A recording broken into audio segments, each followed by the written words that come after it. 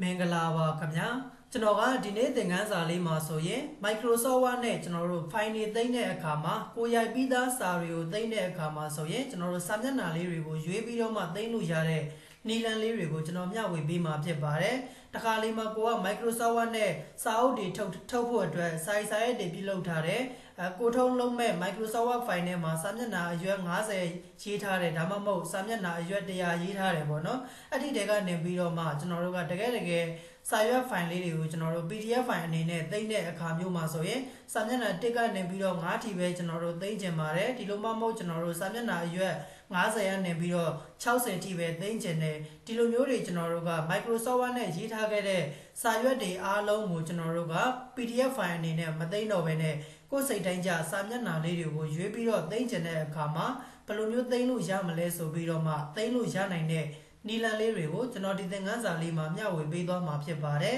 ။ဒါကြောင့်ကျွန်တော် Microsoft Word program လေးဖွင့်လိုက်ပါမယ်။ Microsoft Word လေးဖွင့်ပြီးသွားပြီဆိုရင်တော့ကိုစာစီစာရဲ့ပြုလုပ်ထားတဲ့ Microsoft Word file လေးတွေဖွင့်ပေါ့နော်။အဲ့တော့အခုဒီမှာတော့ကျွန်တော်ကနမူနာပြပေးမှာဖြစ်တဲ့အတွက် blank document ဆိုတဲ့အထဲကိုဝင်ပြီးတော့မှနမူနာစာပိုင်လေးတွေခေါ်ပြီးတော့မှကျွန်တော်ပြပေးသွားမှာဖြစ်ပါတယ်။ဒါကြောင့်ကျွန်တော်တို့ Microsoft Word မှာနမူနာစာပိုင်တွေခေါ်ချင်တယ်ဆိုရင်တော့ညီညာချင်းလေးထုတ် RAND run လို့ရိုက်ပါတယ်။ကွင်းလေးစပါမယ်။ကိုကစာပိုက်ဘယ်နှပိုက်လောက်နမူနာအနေနဲ့ခေါ်ချင်တာလဲကျွန်တော်စာပိုက်100လောက်ခေါ်ကြည့်လိုက်ပါမယ်။100လို့ရိုက်ကွင်းလေးပိတ်ပြီးတော့ enter လေးခောက်လိုက်တာနဲ့တပြိုင်နက်ကျွန်တော်တို့ဒီမှာ Microsoft Word ထဲမှာစာရွက်ဒီစာပိုင်လေးတွေနမူနာအနေနဲ့100ဝင်လာတယ်ပေါ့နော်အဲ့တော့ကျွန်တော်တို့ကဒီမှာကာဆာကအောက်ဆုံးကိုရောက်နေပါတယ်ရှေ့ဆုံးကိုပြန်ပြီးတော့သွားချင်တယ်ဆို keyboard က control နဲ့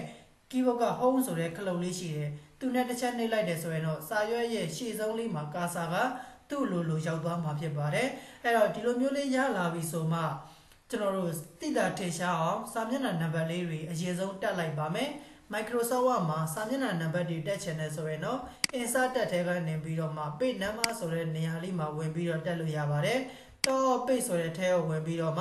စာရွက်ရဲ့ထိပ်ဘက်အချမ်းလေးမှာပဲကျွန်တော်တို့တက်လိုက်မယ်ပေါ့နော်။ဒါဆိုရင်တော့သူကစာမျက်နှာနံပါတ်တက်ပြီးသားလေးဖြစ်သွားပါပြီ။ကျွန်တော်တို့စာရွက်ထဲမှာ double click ပြန်နှိပ်လိုက်တယ်ဆိုရင်စာမျက်နှာ1 2 3 4ဆိုပြီးတော့မှကျွန်တော်တို့ asset လိုက်ဝင်သွားပြီဖြစ်ပါတယ်အဲ့တော့ဒီရဲ့စာရွက်လေးတွေကိုကျွန်တော်တို့ကအထက်အောက်မကြည့်ချင်ဘူးဘေးတိုင်းကြည့်ချင်တယ်ဆိုရင်လည်းကြည့်လို့ရပါသေးတယ် view ထဲကိုဝင်ပြီးတော့မှ site to site ဆိုတာလေးကိုကျွန်တော်တို့နှိပ်လိုက်မယ်ပြီးရင်တော့ကျွန်တော်တို့မြင်ကွင်းလေးကိုချုံလိုက်တယ်ဆိုရင်တော့သူကစာရွက်လေးတွေကိုသူကဘေးတိုင်းလေးပြပြီးသွားမှာဖြစ်ပါတယ်အခုဒီမှာဆိုရင်ကျွန်တော်တို့နမူနာစာပိုင်လေး100ခေါ်ထားတယ်စာရွက်12ရွက်ကျွန်တော်တို့ဝင်နေတယ်ပေါ့နော်အဲ့တော့ဒီရဲ့စာရွက်12ရွက်ကထားပါတော့ကိုစာရိုက်ပြုလုပ်ထားတဲ့ဒီစာတွေဖြစ်မယ်ပေါ့နော်အဲ့တော့ကိုစာအုပ်ထုတ်ဖို့ရာအတွက်ပဲဖြစ်ဖြစ်တခြားစာရေးလုပ်ထားတဲ့ file တွေပဲဖြစ်ဖြစ်ကျွန်တော်တို့စာရွက်ရည်တွေကျွန်တော်တို့အများကြီးပဲပြုလုပ်ထားလိုက်တယ်အဲ့ဒီတဲကနေပြီးတော့မှကျွန်တော်တို့စာမျက်နှာနံပါတ်1နဲ့2ကိုတော့ကျွန်တော်တို့မသိမ်းတော့ပါဘူးပေါ့နော်3ကနေပြီးတော့မှ6ထိပဲကျွန်တော်တို့အရေးကြီးတဲ့စာတွေရေးထားတာဖြစ်တဲ့အတွက်စာမျက်နှာ3ကနေပြီးတော့6ထိပဲ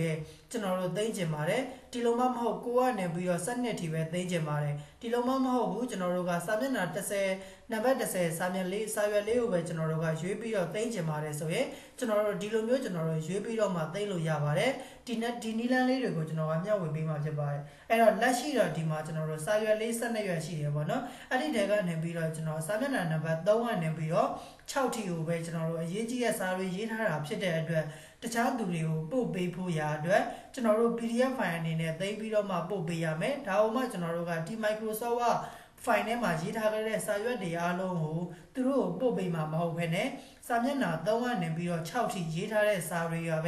ဲသူတို့နဲ့သက်ဆိုင်တဲ့အတွက်ဒီ file လေးတွေကိုပဲကျွန်တော်တို့ PDF file လေးအနေနဲ့သိမ်းပြီးတော့ပို့ပေးပါဖြစ်ပါတယ်ဒါကြောင့်ကျွန်တော်တို့စာရွက်3ရက်ကမြောက်ကနေပြီးတော့6ရက်မြောက်အထိပဲကျွန်တော်တို့သိမ်းမယ်ဒါကိုကျွန်တော်တို့ကသိမ်းဖို့ရာအတွက် file ထဲကနေပြီးတော့ save ဆိုတာလေးနဲ့သိမ်းလိုက်ပါတယ်ပြီးရင်တော့ browse ဆိုတဲ့ထဲကိုဝင်မယ်ကိုယ့်ရဲ့ကွန်ပျူတာထဲမှာကိုသိမ်းချင်တဲ့ file လမ်းကြောင်းလေးကိုရွေးပြီးတော့မှသိမ်းလိုက်လို့ရတယ်အဲ့တော့ကျွန်တော်ကတော့ဒီမှာကနမူနာပြပေးတာဖြစ်တဲ့အတွက် desktop ပေါ်ကိုပဲတင်လိုက်ပါမယ် file name ဆိုတဲ့နေရာမှာကိုပေးချင်တဲ့နာမည်လေးပေးလိုက်ပါမယ်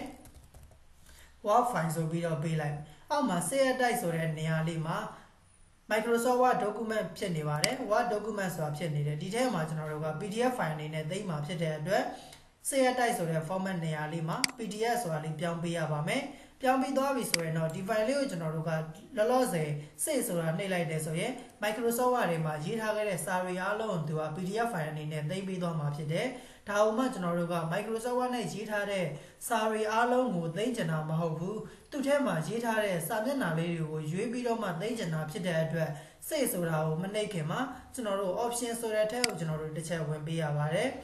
option တွေကိုရောက်သွားပြီဆိုရင်တော့ကျွန်တော်တို့ဒီမှာဆိုရင်သူကရွေးလို့ရတဲ့ပုံစံလေးတွေပြောပေးထားတယ် all ဆိုတာရှိတယ် current page ရှိတယ် selection ရှိတယ် page ရှိတယ်ပေါ့နော်အဲ့တော့ all ဆိုတာကတော့ကျွန်တော်တို့အားလုံးကိုသိမ်းမှလားဆိုပြီးတော့မေးတယ် current page ကတော့လက်ရှိဒီ select ဝင်နေတဲ့လက်ရှိရောက်နေတဲ့စာရွက်လေးကိုပဲကျွန်တော်တို့သိမ်းမှလားဆိုပြီးတော့မေးတာဖြစ်ပါတယ်ဒီလိုမှမဟုတ် selection က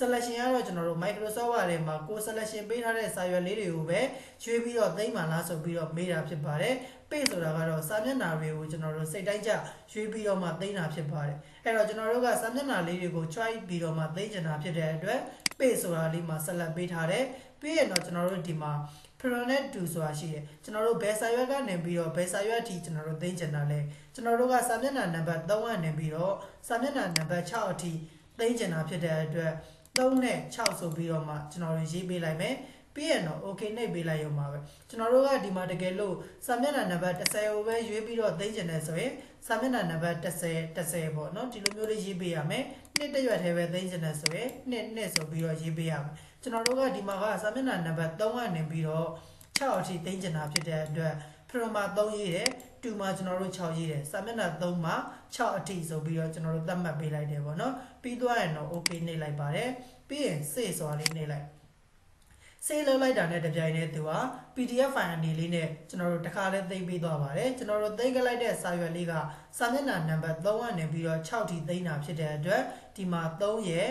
4ရဲ့5ရဲ့6ရဲ့ဆိုပြီးတော့မှတခါလဲသူကစာမျက်နှာနံပါတ်6အထိ PDF file လေးနဲ့ကျွန်တော်တို့သိမ်းပေးသွားတာဖြစ်ပါတယ်အဲ့တော့ပြင်ခွဲလေးနည်းနည်းလေးချုပ်ကြည့်လိုက်မယ်ဆိုရင်ဒီမှာကျွန်တော်တို့3 4 5 6ဆိုပြီးတော့စာမျက်နှာနံပါတ်3ကနေပြီးတော့6အထိကျွန်တော်တို့သိမ်းပေးသွားတာဖြစ်ပါတယ်အဲ့တော့ဒီမှာကျွန်တော်တို့ desktop ပေါ်ကို PDF file အနေလေးနဲ့သိမ်းခဲ့လိုက်တယ်ပေါ့နော်အဲ့ဒီ file လေးကိုဖွင့်ကြည့်လိုက်တဲ့အချိန်မှာဆိုရင်လည်းကိုသိမ်းခဲ့လိုက်တဲ့စာမျက်နှာနံပါတ်3ကနေပြီးတော့6အထိသိမ်းပြီးသားလေးတွေ့ရမှာဖြစ်ပါတယ်ဒါကတော့ကျွန်တော်တို့ Microsoft Word နဲ့ရေးထားခဲ့တဲ့စာရွက်တွေထဲမှာအဲ့ဒီစာ file တွေထဲမှာမှကျွန်တော်တို့စာမျက်နှာနံပါတ်လေးတွေကိုရွေးပြီးတော့မှ